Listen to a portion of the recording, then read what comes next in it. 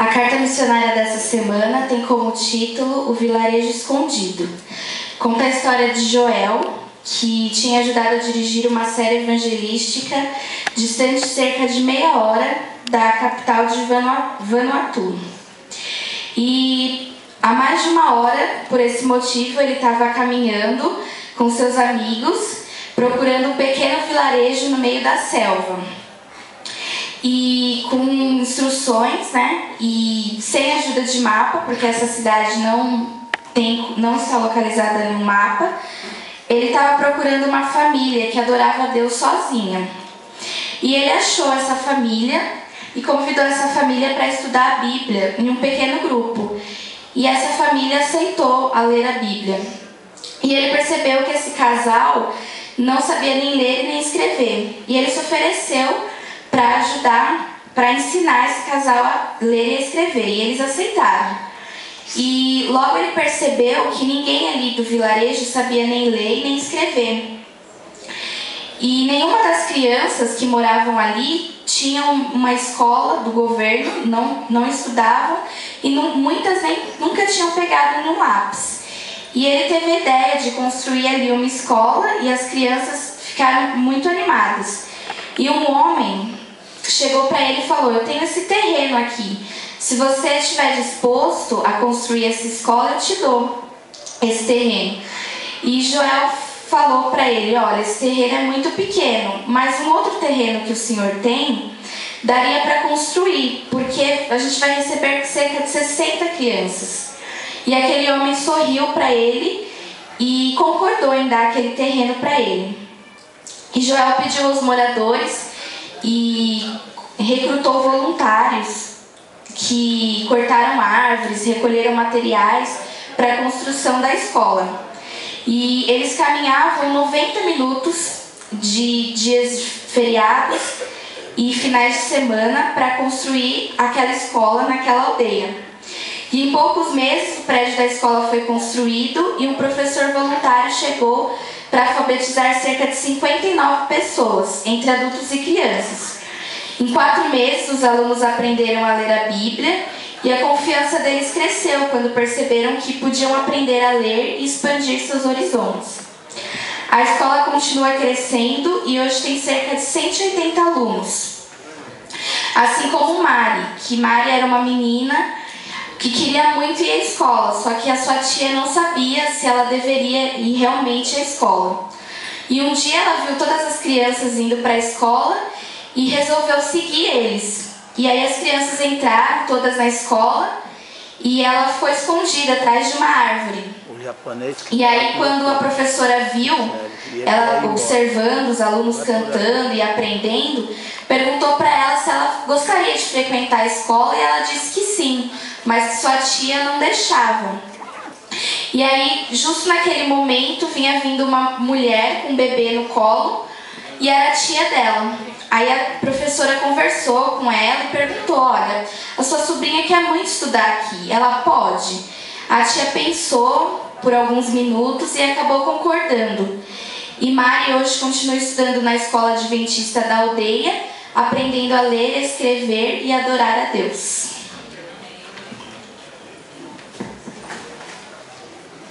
Olha, a Giovana superou a Débora, porque, nossa, que lindo que ela falou, né? Tem desenvoltura, a Débora mais tímida, a Giovana está de parabéns, que linda.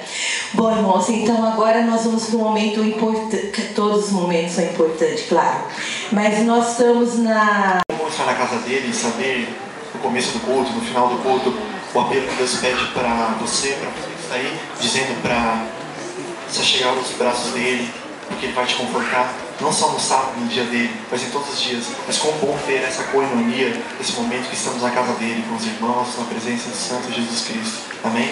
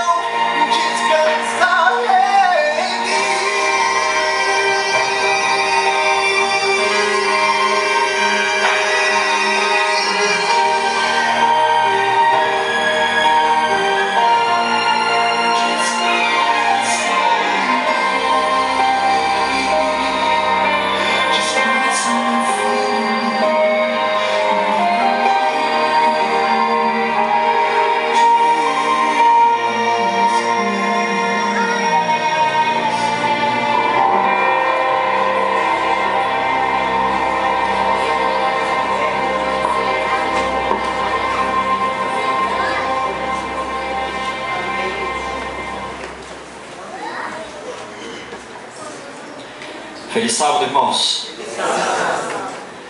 São 11 horas e 20 minutos. Quando for meio-dia e 5 eu paro de falar, tá bom? Se você se sentir cansado, se levante, tome uma água, lave o rosto. Os bancos da igreja não é um local para resistência. Você precisa se sentir bem. Não há nenhum problema. Se você achar que o sono está lhe pegando, é melhor ir lá fora. Quando for meio-dia e 5, mais ou menos, eu falo demais, aí eu paro de falar, a gente canta. E aí à tarde nós vamos voltar aqui. Eu tenho tomado alguns tempos, irmãos. O ano passado eu estive aqui com os irmãos e eu não estou trazendo nenhuma novidade. São os mesmos assuntos. Se nós já aprendemos e praticamos, amém, nós vamos ajudar outras pessoas. Se não aprendemos ainda, é sinal que nós precisamos continuar ouvindo até que isso se torne um hábito na nossa vida. Porque muita coisa precisa ir acontecendo na nossa vida nesses últimos dias em que vamos vivendo aqui até Jesus voltar. Nós vamos refletir um pouco aqui nesta parte da manhã, e à tarde nós vamos também ampliar um pouco a reflexão. Tem muitos assuntos que nós podemos falar aqui. O tempo não vai permitir falar sobre tudo, mas eu tenho me animado a apresentar um pouco das questões financeiras da igreja e algumas dúvidas que às vezes a gente tem. A igreja ela não esconde o que faz, e é importante que a gente entenda tudo e fale sobre tudo. Não há nada que nós não poderemos conversar aqui. Então é importante que você venha. Quem sabe aquelas dúvidas que a gente tem sobre finanças pessoais, sobre dízimo, dinheiro da igreja, dinheiro da escola. Nós estamos aqui para conversarmos sobre esses assuntos, e no período da tarde eu entendo que a gente pode conversar abertamente e maduramente sobre qualquer aspecto. Eu tenho aqui os balanços da igreja, da escola, de todos os departamentos. São pelo menos 450 páginas e não há nada que nós não podemos ver, não há nada que nós não podemos falar, e tudo tem um porquê, e é importante que a gente entenda as razões. E eu me encanto quando eu olho para a estrutura dessa igreja e vejo a forma como ela lida com seus recursos, a igreja local, a associação, em todos os aspectos. Então nós vamos ter tempo mais para discutir um pouco mais aquilo que nós vamos falar aqui ainda no período da manhã. Eu tenho me preocupado, e eu acho que você também, algumas reflexões, não é esse o tema, mas apenas a introdução aqui, sobre o que é a igreja e para que serve a igreja. Tenho entendido de que a igreja ela não é apenas um lugar para estarmos aqui, a mim e a você, que conhecemos a mensagem. Mas a igreja ela tem que ter um papel e tem que ser relevante na vida da comunidade. Eu acredito que enquanto tiverem pessoas passando fome aqui nessa sociedade, no nosso bairro, nós deveríamos estar aqui para chorar. Porque o Evangelho ele é inclusivo. E o Evangelho em que Deus, ou o legado em que Jesus deixou para nós, ele não é uma teoria apenas, em que nos dá um conceito, ou apenas um vislumbre de um Deus que vai voltar para fazer alguma coisa. Mas ele é um Evangelho dos pés empoeirados. Então nós temos que avaliar bem o que acontece dentro da nossa sociedade. E como igreja, nós temos um grande desafio de sermos exemplo ou Jesus para todas essas pessoas que ainda não conhecem. Quase o total das pessoas no mundo, ou mais de 90, 95 ou mais por cento das pessoas no mundo, não conhecerão a Deus pela leitura, porque são poucos os que leem, mas conhecerão pela minha e pela sua vida. Então nós somos a igreja, e esta igreja ela será relevante mais lá fora do que aqui dentro. Aqui dentro ela é mais uma consequência daquilo que nós vivemos lá fora. Às vezes a gente vive a vida que quer, e aí a gente se torna mais um consumidor de Deus do que um cidadão do reino do céu. E cada dia mais nós vivemos mais como clientes de uma aldeia global do que como um cidadão do reino de Deus. E aí a gente vive e a gente tem alguma expectativa e espera que essas nossas expectativas sejam preenchidas aqui na igreja. E é por isso que muita gente diz que a igreja é recarregador de baterias. Porque ele acha que tem que vir aqui e receber uma carga de baterias para gastar durante a semana. E aí descarregou de novo. E aí vai chegando ali quarta, quinta-feira. Já tem gente que está no ponto morto para não gastar mais energia. E aí chega o sábado, é como se tropeçássemos em um muro e caíssemos em um dia separado. E agora nesse dia Deus vem colocar uma carga em todos nós, irmãos. Deus pode recarregar as nossas baterias a qualquer momento. Agora nós não nos assentamos nos bancos dessa igreja porque somos um cliente de Deus, ou porque nós somos consumidores de algum produto em que Deus nos oferece. Deus é o dono de todas as coisas e Ele pode suprir todas as nossas necessidades físicas, emocionais, psicológicas a qualquer momento. Agora a igreja tem um propósito muito bem definido. Nós estamos em um caminho E nós paramos aqui nessa etapa do caminho para reavaliar as nossas rotas. E é aqui que a gente para ver algumas coisas. E é daqui que nós vamos nos levantar para vivermos. Os bancos da igreja não deveriam ser ocupados por nós por muitos tempos, por muitos dias. Se ficamos muitos anos ocupando os mesmos bancos da mesma igreja, alguma coisa está errada conosco. Nós deveríamos estar assistindo o culto pelas janelas, porque os nossos amigos, os desabrigados dessa sociedade, deveriam estar assentados ou deveriam estar tomando assentos nos bancos dessa igreja. É para isso que a gente constrói uma igreja. É para isso que a gente luta por uma igreja. Não é nem para ficar construindo, reconstruindo. A gente não consegue construir uma igreja e já não há mais espaço. Agora nós temos que trazer os nossos amigos, porque eles precisam conhecer essa verdade. E agora nós vamos construir outras igrejas. Não é para nos assentarmos, não é apenas para recebermos algum conforto. Não é especificamente para nós nos assentarmos aqui como se assentássemos às mesas de um restaurante e olhássemos um cardápio, o boletim da igreja, o menu, a programação, para ver se ela nos serve e sair daqui apenas fazendo uma avaliação. A programação foi para mim, ela me serviu ou não me serviu, eu não gostei do que vi. Não é esse o propósito, não é isso em essência a igreja. Nós temos que fazer profundas avaliações do que Deus espera de nós, porque enquanto nós estamos aqui, tem muita gente que tem necessidades básicas. E Ellen White diz que Deus já colocou nas nossas mãos tudo o que Ele precisa para resolver esses problemas da sociedade. A gente vive em uma sociedade em que nos ensina a pregar que a solução do mundo vem pela subvenção. E aí a gente fica olhando para governo, para prefeito, para igreja, para pastor, para ancião. E a gente fica dizendo, no dia em que aprendemos a votar, nós vamos ter um presidente que resolve o problema do país. No dia que aprendemos a votar o próximo prefeito, a gente fica nessa expectativa. Irmãos, isso nunca será resolvido, porque Deus chama pessoas, e pessoas sou eu, pessoas é você. Por isso o sonho de Deus é que nos levantemos cada dia dos bancos da igreja, certo de que nós precisamos marchar mais firmes ainda em direção ao propósito de Deus. Isso é a igreja, e é para isso que nós estamos, aqui. Enquanto houverem drogados, enquanto houverem pessoas se prostituindo, enquanto houverem pessoas passando fome, nós temos que nos ajoelhar aqui na presença de Deus e chorar e pedir a Deus misericórdia, porque a palavra de Deus já nos diz tudo o que precisamos fazer para não ter essas coisas. Eu fiz recentemente uma semana de oração e comecei a visitar as pessoas. Pelo menos 10 dessas pessoas da igreja têm problemas com dependência química, drogas, membros da igreja. Sem contar outras pessoas lá fora, irmãos. Essas coisas estão chegando primeiro do que o Evangelho. Você já viu aquele ditado que diz que o problema do mundo não é a força do mal, porque o diabo não é maior do que Deus, mas é a fraqueza do bem. Agora, como que nós vamos deixar as drogas chegarem primeiro na vida dessa pessoa vazia? Vamos levar o Evangelho.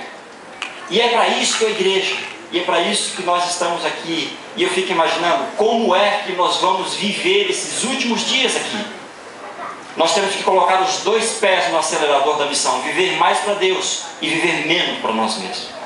Nós vivemos num mundo em que prega o contrário, e nós somos incentivados a essa aparente escassez, essa aparente falta, essa aparente visão de que em algum momento tudo pode dar errado na sua vida, em que lhe faz correr loucamente apenas para os seus propósitos. Nós precisamos voltar a nossa atenção, nós precisamos entender algumas coisas na palavra de Deus. Um economista começou a conversar com Deus, e na sua conversa ele começou a fazer algumas contas e perguntar algumas coisas para Deus. Ele falou: Senhor, é verdade que para o Senhor um dia e 1000 dias é a mesma coisa? E Deus disse para ele: é verdade, para mim tanto faz um dia como 1000 dias. Ele falou: então se isso é verdade, então para o Senhor 10.000 anos, um ano, um dia, 1000 dias, é tudo a mesma coisa? Deus falou: é a mesma coisa. Não há diferença para mim, 10.000 dias, 10.000 anos, um ano.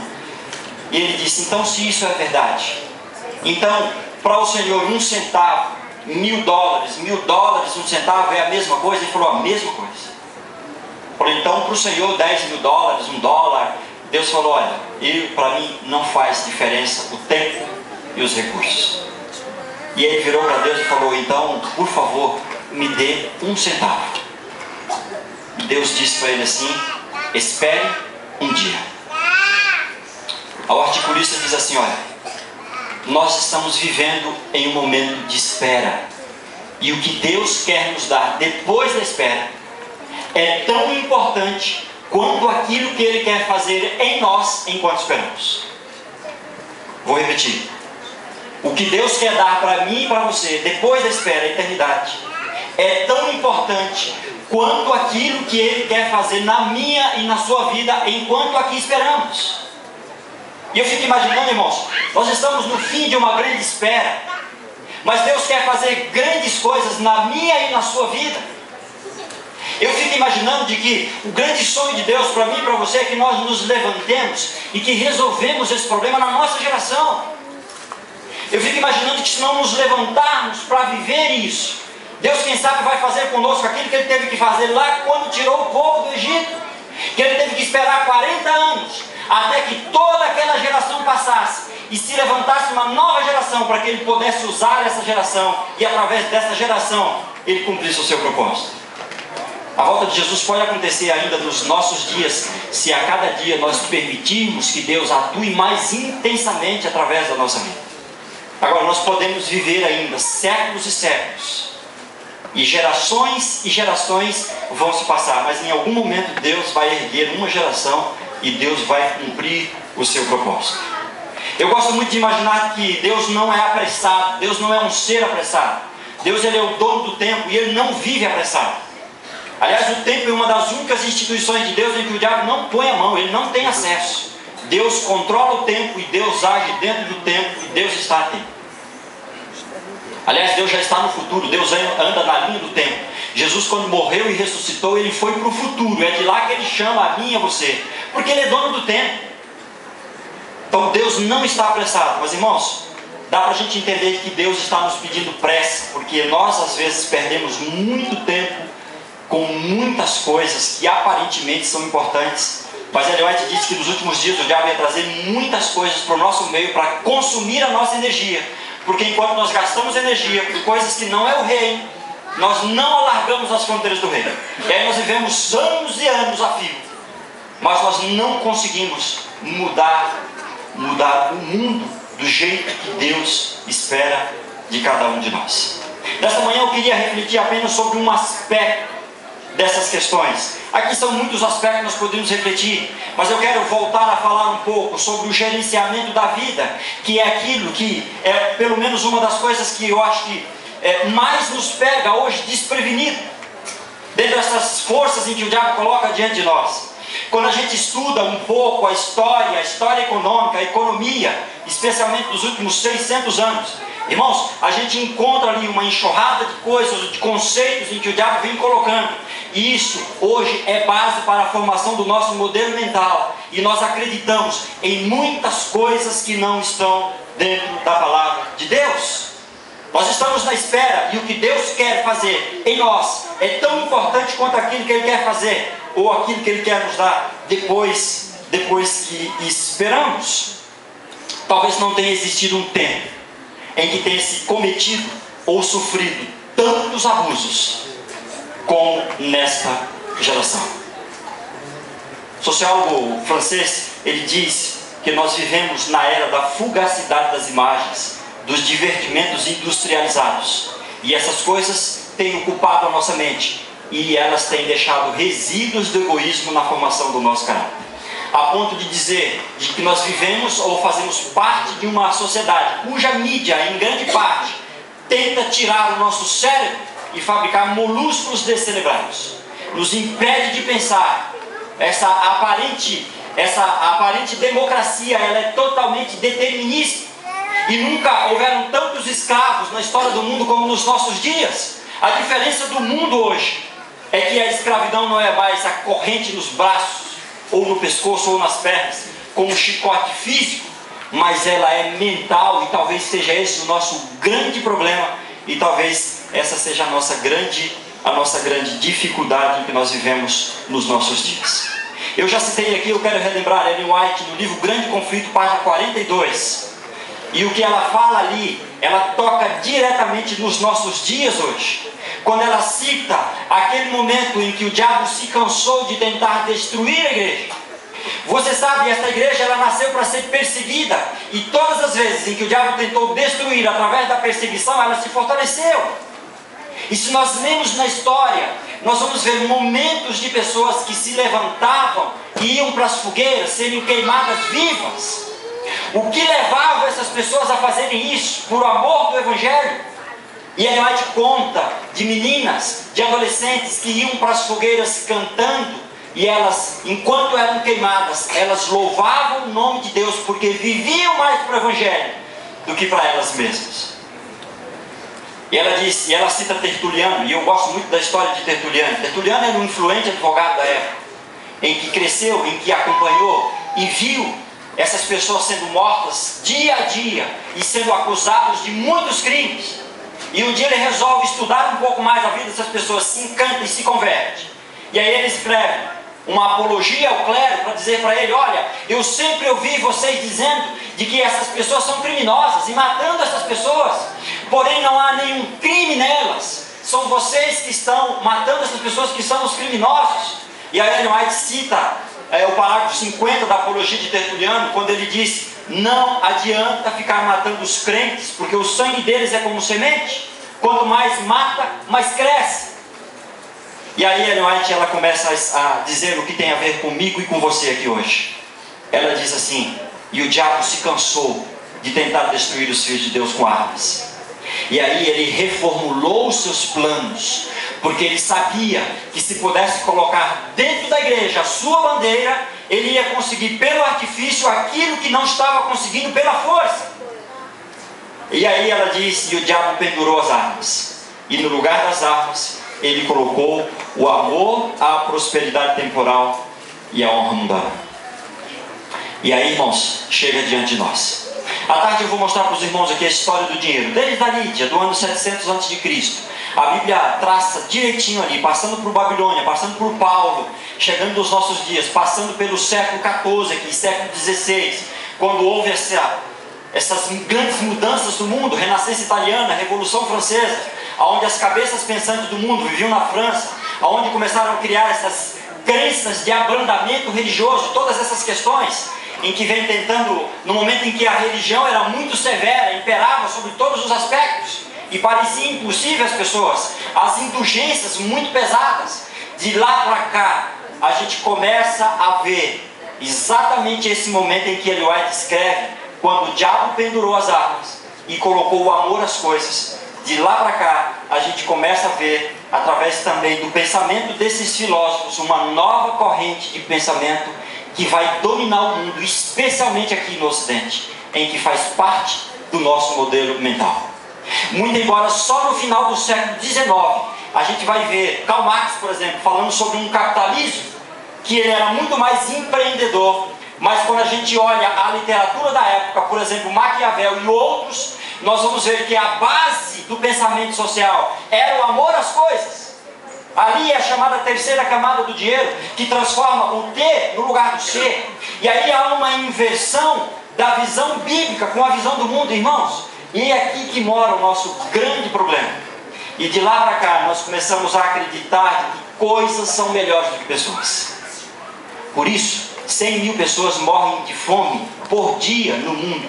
A cada dia, antes do sol se pôr, 100 mil pessoas terão morrido só de fome.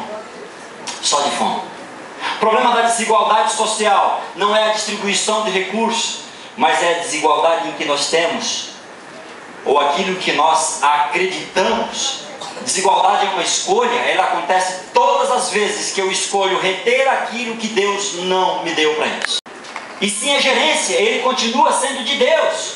Mas, irmãos, nós somos levados a acreditar de que nós temos alguma coisa, e nós cada dia mais somos levados a lutar mais e mais e mais por coisas, e nós vamos produzindo um desequilíbrio monstruoso no mundo. Isso não é bíblico. Existe um jeito bíblico de viver, e vai muito além das prodigalidades humanas, e vai muito além dessas influências modernas em que estão nos fazendo cada dia mais consumistas, e nós chegamos no extremo de, em grande parte de nós, sermos um consumista de Deus. Vamos reler um verso muito conhecido da Bíblia, Eclesiastes capítulo 7, verso 12. Eu não me canso de ler esse verso, irmãos. Para mim é um dos versos da Bíblia que fala mais claramente sobre essas influências dos nossos dias. Eclesiastes capítulo 7, verso 12. A Bíblia diz assim: olha, a sabedoria protege como protege o dinheiro, mas o proveito da sabedoria é que ela dá vida ao seu possuidor. Entenda esse verso. A sabedoria protege como protege o dinheiro, mas o proveito da sabedoria é que ela dá vida ao seu possuidor. Entre as muitas verdades em que nós podemos entender aqui desse texto, uma delas, que é uma realidade entre nós, chama-se sombra. O mundo coloca muitas sombras diante de nós, irmãos, e há muita gente vivendo a sombra. Mas a Bíblia diz que o proveito da sabedoria é que ela dá vida, e vida é muito mais do que viver à sombra de alguma coisa. Nós vivemos à sombra de um sistema. O sistema financeiro é uma grande sombra, em que nos ensina a acreditar em muitas questões em que não são bíblicas. As chamadas escolas de educação financeira, economia, administração, contabilidade e outras, ensinam muitas coisas em que não são verdades bíblicas, quando elas pregam, por exemplo, soluções que não são bíblicas. Exemplo, o mercado de crédito e todas essas questões são excelentes ferramentas, mas não são para ser usadas inconsequentemente, como muitas pessoas usam, ou da forma que usam. Existe um jeito bíblico para lançarmos mão de todas essas coisas. E eu me encanto com a Bíblia. A Bíblia tem 2.350 citações sobre a administração da vida. Administração financeira e orçamentária. E tudo que você imaginar nós encontramos dentro da palavra de Deus, um jeito correto para vivermos. Agora, irmãos, muitas outras influências nós temos recebido e lançado mão de muitas coisas que nos fazem mais mal do que bem. Existe muita gente boa pagando muitos juros por aí, 25% de juros, mais 40 e pouco por cento de imposto, enquanto você vive. E aí você vive nessa sensação de pobreza. Essa sensação de pobreza, essa sensação de escassez, essa necessidade insaciável que às vezes a gente tem em alguns momentos da vida, não é esse o nosso problema. À tarde nós vamos ver um pouquinho do dinheiro da igreja. Parece que é pouco, mas esse não é o nosso problema. Isso é o sintoma do problema. E eu li outro dia um livro falando a diferença de ser pobre e ser quebrado. E ele me chamou muita atenção. A pobreza é uma coisa muito triste. E enquanto houver pecado vai haver pobreza, porque a pobreza é a consequência direta do pecado, ou a pobreza é o maior sinal de que o egoísmo ainda permanece no nosso coração.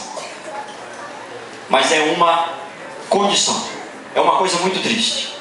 Agora, muitos de nós não somos pobres, a maioria de nós estamos quebrados, e ser quebrados não é uma condição, ser quebrado é uma situação.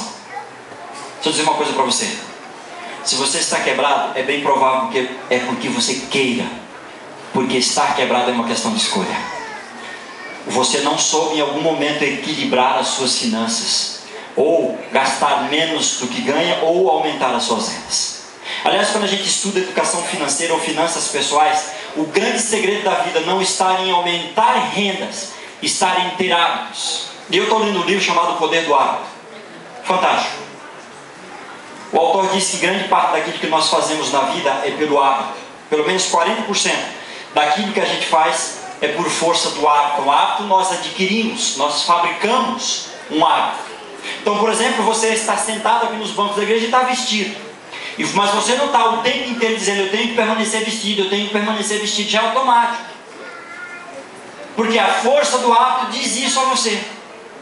E o autor diz assim: olha, se tudo que a gente faz fosse intencional, quando terminasse o café da manhã, nós já estaríamos exaustos, esgotados, teríamos que voltar para a cama dormir.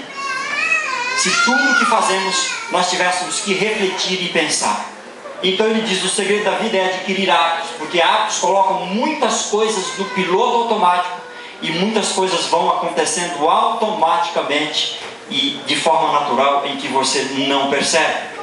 Agora, o grande problema é como nós estamos formando esses hábitos. Basta 40 segundos na frente de uma televisão para uma criança saber primeiro a marca da papinha do que aprender a ler. E uma criança brasileira fica em média 4 horas, pelo menos as que ficam pouco, diante de uma televisão, em que coloca diante dos 5 órgãos do nosso sentido, a mídia, 3.000 ofertas diretas em um dia, e quase todas elas tentando criar em nós um hábito, e esses hábitos quase sempre vêm dessa corrente de pensamento que vem de uma linha em que Ellen White falou lá: o amor às coisas, o amor à prosperidade temporal e o amor à honra mundana. E aí nós vamos dizendo: tenha, possua, compre, é a última peça. É como se você não comprasse, você é a pior das espécies. Você olha para aquele outdoor que está lá, é uma beleza fabricada, você nunca vai ser igual a ele, mas ele tenta criar um hábito em você, no mínimo um hábito de consumo. E daqui a pouco, irmãos, nós temos hábitos completamente diferentes àquilo que está na palavra de Deus. Sombras em que são colocadas diante de nós, e nós vamos vivendo essas sombras, porque não é tão ruim assim viver a sombra. A igreja, ela pode se tornar uma grande sombra para nós, quando nós imaginamos que aqui nós podemos consumir alguma coisa que nos faça bem.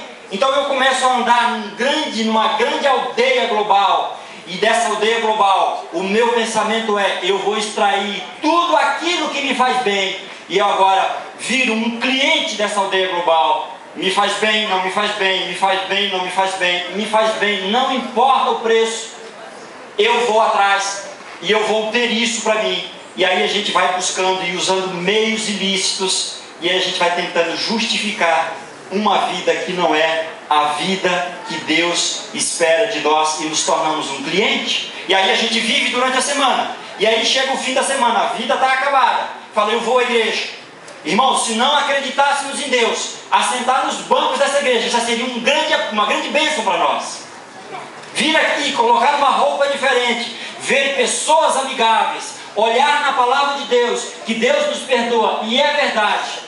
É como se fosse o divã de um psicólogo. Se não acreditássemos em Deus, já nos faria bem.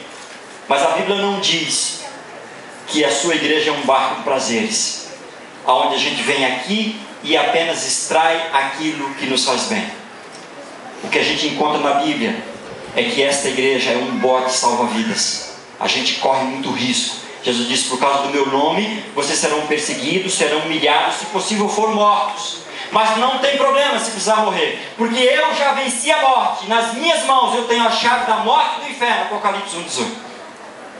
Mas às vezes nós vivemos também na igreja como se a igreja fosse uma grande sombra. E à tarde eu quero apresentar mais algumas dessas sombras que são colocadas diante de nós, irmãos, em que nos pega de surpresa em muitos momentos. Eu já disse aqui aquela estatística de que hoje nós estamos consumindo 5 vezes mais do que consumiam os nossos pais na década de 50. Hoje nós estamos extraindo da terra 5 vezes a capacidade natural de reposição da terra, como se a cada 20 anos nós tivéssemos um mundo novo. E nós vivemos cada dia mais ansiosos, cada dia mais endividados. Na década de 50, 75% das nossas famílias, um só trabalhava fora. Hoje, 80% das nossas famílias têm pelo menos 2 trabalharem fora. Mesmo assim, irmãos, 70% dos brasileiros estão gastando um dinheiro que ainda não ganhou. E nós já passamos de 50% de dívida em relação ao PIB. E se você for pegar todo o dinheiro que o banco está lhe ofertando, nós vamos em pouco tempo chegar a 150% do PIB em dívida. Nós não somos mais felizes por isso. Nós estamos cada dia mais ansiosos, porque Ellen White diz que nos últimos dias o diabo não pegaria armas para destruir a mim e você. Ele colocaria uma facilidade diante de nós. A quarta camada do dinheiro, que é a transformação do dinheiro em sentimento, ela torna isso uma grande realidade. Hoje nós temos o dinheiro num plastiquinho chamado cartão, e não há problema nenhum ter um cartão, irmãos. A Bíblia não fala dessas coisas. Aliás, é uma excelente ferramenta. Sabe qual é o problema? Para alguns, o que é ferramenta pode ser armadilha. Uma faca pode ser uma ferramenta para picar uma verdura, mas ela pode ser uma armadilha se você fizer o mesmo gesto do seu pescoço. É exatamente o que acontece com muita gente com essas ferramentas em que tem diante das mãos. Quando alguém passa um cartão de crédito para gastar um dinheiro que não ganhou, está caindo em uma dessas armadilhas que o diabo, segundo Ellen White, prepara para as nossas almas. Gênesis 3,19 diz o seguinte: no suor do teu rosto comerás o teu pão. Aliás, Gênesis 3,19 fala sobre muita coisa importante. Uma delas que eu quero destacar aqui é o chamado ganho fácil. Eu até escrevi um artigo aí, e tem umas pessoas me abordando, porque está em alta aí uma onda de ganho fácil. Eu só fazer um comentário aqui para os irmãos, eu já pesquisei alguma coisa sobre isso, e eu estudo sobre isso, e eu não estou fazendo nenhum juízo de valor sobre a empresa que está fazendo isso, mas o conceito do que é parte disso, eu também não estou dizendo que tudo isso é errado. Está em alta, por exemplo, esse negócio de telex free, essas telex alguma coisa da vida. O grande problema em que está por trás disso é o conceito de que você pode colocar um dinheiro e não precisa sair de casa, que eles vão tomar de alguém para dar para você. Porque se você não trabalhou, você está tirando de alguém para ganhar. E você vai ferir diretamente um princípio bíblico que diz o seguinte: primeiro você vai suar o teu rosto, vai dar o duro. Quando você tiver com a língua de fora de cansado, você volta para casa. Depois, você viva com o que tem. E aí vem, eu tenho recebido muitos e-mails, e eu já fui a algumas reuniões dessas, de pessoas que dizem o seguinte: não, fica tranquilo, pega 10 mil, coloca lá que em 3 meses você tem o retorno. É a mesma oferta da Mega Sena, é a mesma oferta. Essa em essência, irmãos, é o que Ellen White está dizendo, que começou a dominar o nosso modelo mental do século XIV para cá. E é por isso que a gente vive essa tremenda desigualdade social, porque a gente acha que é legal levar vantagem sobre o outro. Mas essa não é a visão bíblica para mim e para você. A gente poderia aqui falar sobre dízimos e ofertas, mas você percebe que em essência é o que nós acreditamos sobre a administração daquilo que Deus nos dá, que vai regular todas essas coisas. Há uma inversão de valor muito grande do que a Bíblia fala para o que o mundo prega. Eu vou vender o meu carro para você. Eu sou um capitalista, eu sou influenciado por essas teorias dos nossos dias. Pode ter certeza que alguma vantagem eu vou levar sobre você. E tem gente que se profissionaliza em levar vantagem, é o chamado bom negociador. Ele se profissionaliza em levar vantagem. O meu carro eu sei, eu sou o dono do carro, eu sei os problemas dele. Mas eu vou lá, mando lustrar, está tudo certo, não tem nada de errado nisso. Passo pretinho na roda, está tudo certo. O problema é o motivo pelo qual eu faço as coisas. Se a gente não conhecesse o sentido pejorativo do que é ser um fariseu, tudo que nós iríamos desejar hoje era ser um deles. Porque o fariseu era um homem justo, extremamente justo. Eu costumo dizer que ele tinha na cozinha da sua casa uma balança de 4 dígitos. Até o tempero ele pesava ali para não ser injusto. O único problema do fariseu era a motivação dele que ele tinha para fazer as coisas. Ele calculava o tamanho da bacia do templo, do gasofilácio, e ele estrategicamente levava um pouco mais, porque o importante para ele é, quando ele enchia a bacia, era saber que algumas moedas iam cair, e o barulho daquelas moedas que caíam é que satisfaziam a sua motivação errada. Em essência é muito parecido. Percebe que o diabo vem usando sempre dos mesmos artifícios, só vem colocando uma roupagem nova e vem nos pegando em momentos diferentes. Então ele agora toca nos motivos em que nós temos para ter as coisas, e agora nós somos motivados a ter as coisas. Então eu sou motivado a não perder. O carro não me serve mais, não está bom mais. Tem gente que compra carro, arruma e vende, está tudo certo, não está errado. Ele vive o trabalho dele, é arrumar carro e vender, ou comprar carro e revender. Ninguém também vai fazer de graça. O problema não é esse. O problema é quando eu pego o meu carro, que está só o bagaço, eu sei o problema dele, eu vou lá do outro lado da cidade, porque tem gente que diz assim: eu não vendo carro para amigo, porque depois ele vai descobrir os problemas do carro. E aí o cara vem, olha o meu carro e ele diz assim: como é que está o carro? Eu falo: cara, confia em mim, o carro está perfeito, valor de tabela. E aí eu vendo o carro. Depois eu venho à igreja e diz: irmãos, meu carro estava só o bagaço, eu não sabia mais o que fazer, ia me deixar na estrada a qualquer momento, e eu consegui pegar valor de tabela. Irmãos, essa não é a visão bíblica de gerenciamento da vida. Se não é o princípio de economia, não é o princípio de administração da vida que nós encontramos na Bíblia. Eu vou comprar meu carro, eu preciso comprar um carro, tenho 10 mil reais. Vou lá na feira, tem alguém que está entre a vida e a morte, e ele precisa vender. Ele não tem o que fazer. Eu olho o carro, vejo que o carro vale mais, e eu falo para o cara: ó, sempre tem uma galinha morta aí. Ou é pegar ou largar, dou 10. É pegar ou largar. Depois a gente vem dar testemunho e diz assim: ó, valia 15, eu comprei por 10. Esse é o mesmo sentimento em que nos faz acreditar que em casa, pela internet, eu posso aplicar o dinheiro e ganhar. Pode, irmãos. Agora, ganhar dinheiro na Bíblia não é uma questão matemática apenas, em que eu posso usar a minha expertise, minha capacidade de cálculos para captar dinheiro. Aliás, isso acontece todos os dias. nos 18% que é a base da pirâmide. Capitalismo é uma grande pirâmide. 18% das pessoas dominam 80%, 87% da riqueza do mundo, porque eles usam exclusivamente a expertise, a capacidade matemática para ganhar dinheiro, mas esse não é o plano de Deus para os seus filhos. E não é esse o caminho em que Deus vai usar a mim e você. Então como é que funciona na visão bíblica? Eu vou vender o meu carro para você, só que eu não vivo as influências desse mundo.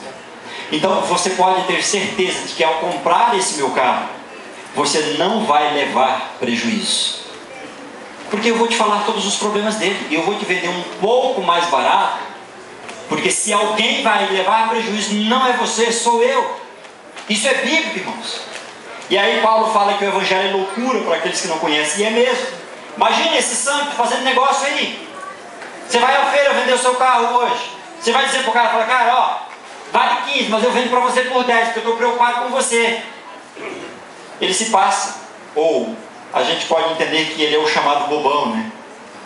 Como é que um ser humano inocente desse vai viver com tanta bondade? A Bíblia também fala sobre essas coisas. Não é isso que a Bíblia está dizendo, mas a Bíblia está dizendo sobre o ser justo. Então eu digo para você, meu carro vale 15 mil reais, você pode pagar 13 mil nele, que você não vai levar prejuízo. Eu estou abaixando o preço para você, e você está dizendo para mim assim, falando, não cara, eu acho que esse carro vale mais. A negociação na Bíblia é contrária à do mundo, não é ninguém tentando levar vantagem sobre ninguém. Irmãos, o grande problema da sociedade é egoísmo, e egoísmo é exatamente isso. Por que 73% dos casados hoje estão mentindo um para o outro sobre as suas finanças? Porque mesmo no casamento, a maioria das pessoas tentam tirar alguma vantagem sobre a outra. Agora, quando a gente pega em essência a teoria da criação do homem, por que Deus criou? Porque existiam 3 seres que tinham um amor totalmente projetado para o outro. Não há resíduos do egoísmo na vida desses seres, a ponto de eles chegarem a uma conclusão: vamos fazer alguém parecido conosco, para ser objeto do nosso amor, e criou o homem.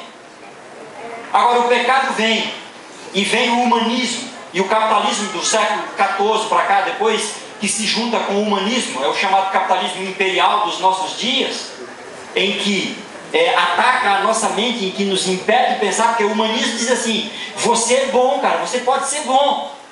O humanista, normalmente, ele se revela, por exemplo, como um movimento dissidente. Aquele que se levanta e fala, eu tenho que parar de comer carne, por exemplo, porque eu tenho que me purificar. Pensamento seletivo, jejum dos sentidos. Todas essas coisas podem fazer parte da vida de um filho de Deus, mas não é essa a motivação. É Deus quem nos salva. Uma folha de alface não tem poder para salvar. Agora, pode fazer bem ao corpo de uma pessoa que é salva, mas eu não vou comer isso porque eu quero ser salvo. Isso é humanismo. Junta-se com o capitalismo que diz ter é mais importante do que ser. Agora você acha que você é o centro do mundo e entende que ter é mais importante. O que acha que vai acontecer conosco, irmãos? Cada dia mais desigualdade social. E aí vem um rabino dos nossos dias e diz assim: o nosso problema, sabe qual é? Quando a gente pega em dinheiro, a gente esquece que existe evangelho. A Bíblia fala sobre todas essas coisas. A gente esquece do evangelho.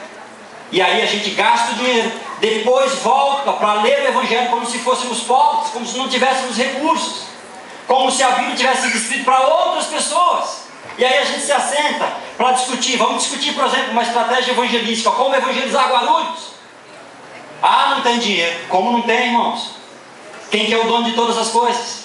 O problema é que antes disso nós já ganhamos e nós já gastamos, porque aquilo que acreditamos relacionado à administração da vida muitas vezes não está de acordo com aquilo que Paulo escreveu para Timóteo. Irmãos, a gente vive com muito pouco e a nossa vida tem que ser muito mais simples. A riqueza na Bíblia está relacionada à responsabilidade. A Bíblia diz em Eclesiastes que até o rei se alimenta da terra. Quem tinha riqueza tinha responsabilidade. E é assim que funciona. Você está comprando meu carro, eu tenho uma responsabilidade. Eu que vendi o carro para você. Como que eu vou deixar você se dar mal nessa? Então eu vendo o carro, depois eu ligo para você. E você diz assim: ah, fundi o motor 2 dias depois. E eu digo para você assim: olha, está aqui o seu dinheiro. Não era esse o meu plano. Se tem alguém Se tem alguém que vai levar prejuízo aqui, sou eu. Não é você. Ou você me diz assim, olha, cara, o carro está perfeito, eu vou te dar 2.000 a mais pelo carro, porque eu avaliei o carro, levei no mecânico, está perfeito. Essa é a visão bíblica, irmãos, contrária à visão do mundo. Aonde na Bíblia a gente encontra isso acontecendo? Em muitos momentos. Um deles que eu gosto muito é no Pentecostes. Pentecostes aconteceu exatamente isso. Essa é a visão que nós encontramos ali. Logo no início de Atos, aquelas pessoas começaram, Jesus tinha morrido, tinha ressuscitado, tinha ido para o céu, e agora eles estavam ali na expectativa, lá, puxa vida, quanta coisa nós tínhamos que ter aprendido, não aprendemos, mas não é tarde para começar, vamos começar. Sentaram ali, eu imagino um grupo de pessoas, talvez como nós aqui, vamos entender melhor esse assunto. Olha a desigualdade social, o mundo está injusto, como é que as coisas acontecem? Jesus já se foi, agora nós somos os representantes dele aqui, nós vamos deixar essas pessoas continuarem morrendo, vamos deixar o mundo do jeito que está. Quanto tempo mais isso vai durar, irmãos? Vamos nos assentar, vamos entender um pouco mais isso. E eu entendo que aquelas pessoas começaram a buscar mais intensamente o poder de Deus. Um dia, 2 dias, 3 dias, Senhor, nós queremos entender. Senhor, alguma coisa tem que acontecer aqui. Senhor, se o Senhor nos chamou, nós queremos saber o propósito.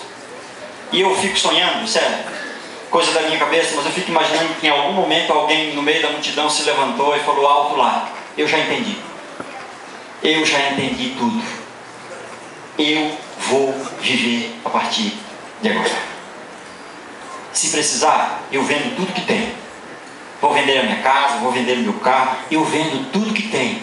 Mas enquanto tiver 1 quilo de arroz na minha casa, ninguém passa fome mais aqui. Ele sozinho tivesse permanecido de pé, talvez muita coisa não tivesse acontecido. Mas em um momento você vê a Bíblia registrar que todos eles estavam em pé. Todos eles haviam entendido de que pessoas são mais importantes do que coisas. Irmãos, o dinheiro hoje é a nossa ecologia, é ele que domina. A gente até faz boas ações, mas se isso nos dá algum retorno. Olha para as empresas. Por que elas investem na grande maioria? Tem muitas empresas sérias, mas por que a grande maioria investe em preservação do meio ambiente? É porque é bonito ter o selo do verde, e é mais produtivo, e as pessoas consomem, e as pessoas vão consumindo mais. Então isso se tornou o centro da nossa vida. Mas isso não pode ser, tem que ser a missão em que Deus nos deu para viver. E aí eu fico vendo ali no Pentecostes, a Bíblia diz assim, olha, eles vendiam as coisas que tinham e repartiam entre eles. Aí a Bíblia diz assim, ó, e não havia necessitados entre eles. Resolveu o problema. Agora, se você continuar lendo a Bíblia depois do Pentecostes, você vai ver a Bíblia dizendo, não, irmãos, não vendiam. O que Deus precisou de cada um foi muito pouco, quando todos entenderam de que viver mais para o reino era importante do que viver para as coisas. E talvez esse seja o nosso grande desafio no dia a dia. Todas essas coisas, irmãos, em que nós vivemos no mundo hoje, são sintomas de um problema. O problema mesmo é o que Eclesiastes diz, é que muita gente prefere viver à sombra do que se beneficiar da sabedoria, ou ser sábio. Desinteligência financeira. Há uma grande desinteligência financeira na base aqui da nossa formação, porque a base são essas influências em que nos torna consumidores. Olha para a estratégia econômica do nosso país ou do mundo. Você percebe que está perto de uma crise, então vem o ministro da economia e coloca dinheiro na economia. Só que ele coloca dinheiro na economia para fazer as pessoas consumirem mais. Esse é o propósito, para aquecer a economia, porque a economia é comparada a uma motocicleta. E uma motocicleta, para ficar em pé, ela tem que rodar. E o combustível dessa motocicleta chama-se consumismo. Por isso o mundo precisa cada dia mais de pessoas que renovem, descartem uma velocidade cada vez maior. E aí toda a estratégia econômica é em aquecer ou em manter essa motocicleta girando. E para ela girar, nós temos que consumir e nós temos que consumir. A Bíblia tem a solução para esse problema. Chama-se freio. Coloque os 2 pés no freio do consumo. Na visão bíblica a gente entende que os nossos desejos são como ervas daninhas. Se juntarmos todo o dinheiro do mundo, ele não vai satisfazer os desejos de uma só pessoa. Então os nossos desejos não são para a satisfação, são para o controle. As nossas necessidades é que são para serem satisfeitas. Aí acaba o dinheiro do governo. Aí nós começamos uma série de incentivos. Vamos tirar o IPI da linha branca, vamos tirar o IPI do carro, vamos reduzir taxa de empréstimo. Mas todas essas questões levam você a gastar um dinheiro que não ganhou. Caixa Econômica, ano passado, reduziu os juros e aumentou 42% os lucros no primeiro trimestre. Porque muita gente pegou um dinheiro que não precisa. Você vai lá, você deve 2 mil e ele diz assim, olha, pega logo 4, porque de repente você tem aquele sonho que você precisa realizar. E nós vamos acreditando nessas coisas, irmãos. Tem gente no Brasil que compra geladeira, televisão, fogão, cama, sofá, carro, parcelado. E acha que é um bom negócio. A Bíblia está falando sobre sombra, em que são colocadas diante de nós. Isso são bens de consumo. Isso são bens, em algum momento até pode ser necessário. Não estou falando que todo carro que você compra é um bem de consumo, mas em grande parte o carro no Brasil é bem de consumo. Tem gente que diz assim, olha, para ter alguma coisa no Brasil tem que ter carnê. Sombra. Nós precisamos entender o que a Bíblia fala sobre essas coisas. Agora, irmãos, são essas coisas que a White está falando. O diabo colocou diante de nós, tirou as armas. Você não vê sangue correndo pelas ruas. Você não vê gente sendo queimada, como eram as pessoas no passado, que a gente tem na época da Inquisição. Nós não vemos nada disso. Mas a gente vê a grande estratégia do diabo, que é nós nos centralizamos no nosso universo e nós deixamos as pessoas de lado. O que é a igreja, irmãos? Para que serve a igreja? Para que Deus chamou a mim e a você para estar aqui? Não foi para entrarmos num barco de prazeres, não. Foi para subirmos num bote salva-vida. E é para isso que nós vamos sair daqui nessa manhã, para tentar salvar a vida das pessoas. Agora não se engane, Deus não chamou para vivermos a vida em que o mundo vive. Deus nos chamou para empoeirarmos os nossos pés. Deus precisa usar o que temos e o que somos para resolver os problemas do mundo. E quando Deus fala isso, irmãos, Deus não está pedindo para a gente vender a casa, o carro e trazer o dinheiro para a igreja. A igreja não tem condição de administrar isso. Aliás, em essência, o segredo da mordomia bíblica não é nenhuma apologia à pobreza. Entenda isso. Ter um carro, ter uma casa, a Bíblia não diz que isso é pecado. O segredo da mordomia bíblica está em ter sabedoria e não viver à sombra de alguma coisa. Usar com sabedoria. Se Deus deu para mim e para você, é porque Ele tem um propósito, senão Ele não teria dado. Não é porque nós somos melhores, não é porque somos mais bonitos, não é porque somos preferidos diante de Deus comparado àquele que está debaixo da ponte. Não, porque a Bíblia diz que Deus ama igualmente os seus filhos. Agora, irmãos, é um erro nós nos trancarmos dentro da nossa casa e dizer folga, descansa, porque você tem, se vier uma crise. Louco, diz a Bíblia. Louco.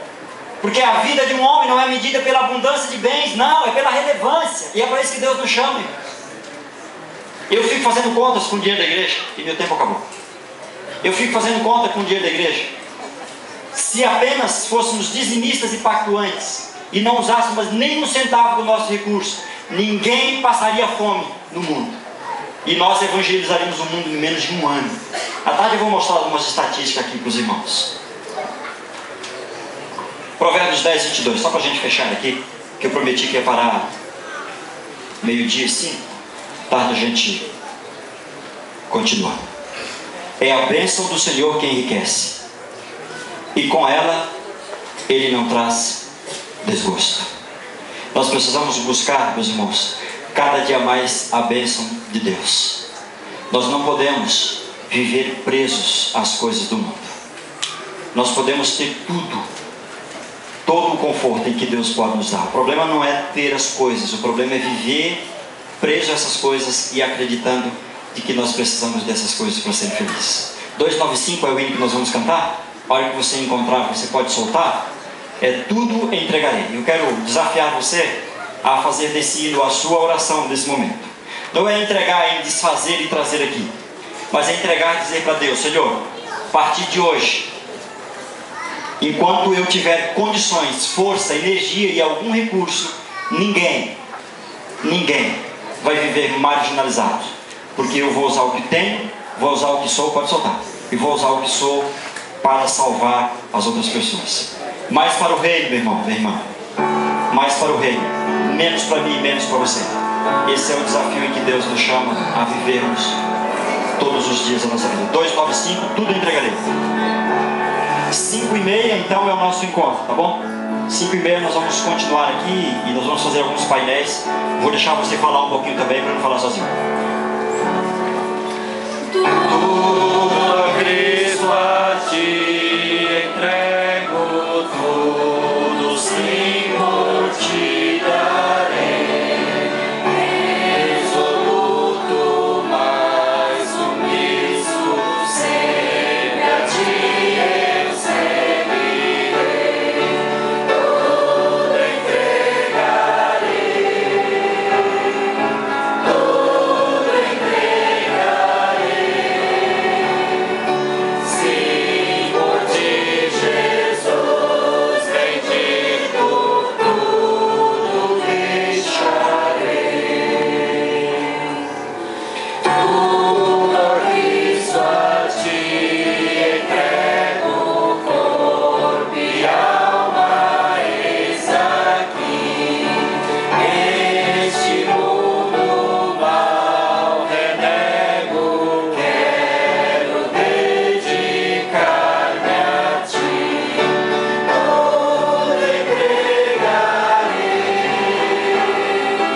tudo entregarei.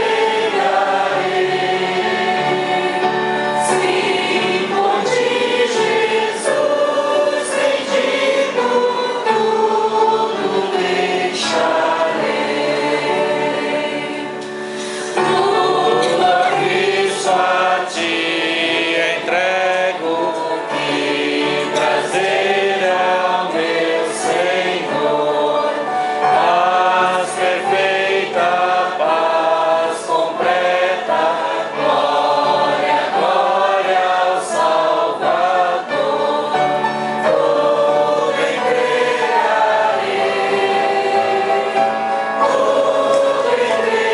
entregarei. Senhor de Jesus, bendito, tudo deixarei.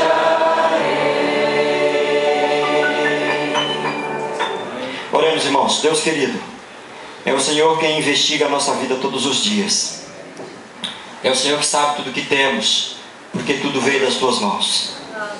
É o Senhor que sabe o que estão nas nossas panelas, que irão pelo ralo hoje, que irão em excesso para o nosso estômago, que o Senhor não nos deu para isso.